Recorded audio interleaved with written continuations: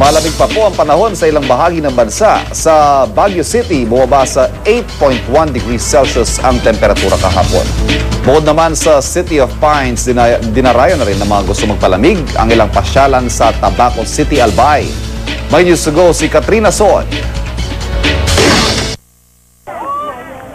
Sa temperaturang 8.1 degrees Celsius, isa na ito sa pinakamababang temperaturang naitala sa Baguio ngayong Enero. Pero kahit nanunuot sa buto ang lamig, sige lang sa pamamasyal ang mga turista. May mga nag-camping pa. Paalala lang, huwag kalimutang magdala ng jacket at iba pang makapal na damit para di lamigin at para makaiwas sa sakit. Hindi lang Baguio ang dinarayo ng mga turista tuwing malamig ang panahon. Sa Tabaco City, Albay, paboritong pasyalan ng Mayon Rest House kung saan umaabot ng hanggang 17 degrees Celsius ang temperatura. Naku, ang lamig, sobra. Masarap din, kaya lang hindi na ako tatagal sa ganitong lamig.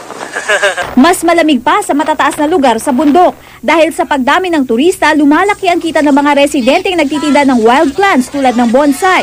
Paalala ng Pag-asa, huwag munang itago ang mga damit panlamig dahil mahigit isang buwan bang mararanasan ang ganitong panahon. Nakapag-record po tayo ng pinakamababang temperatura na nasa 17.5 degrees Celsius. Sa ngayon, yun ang pinakamababang temperatura po.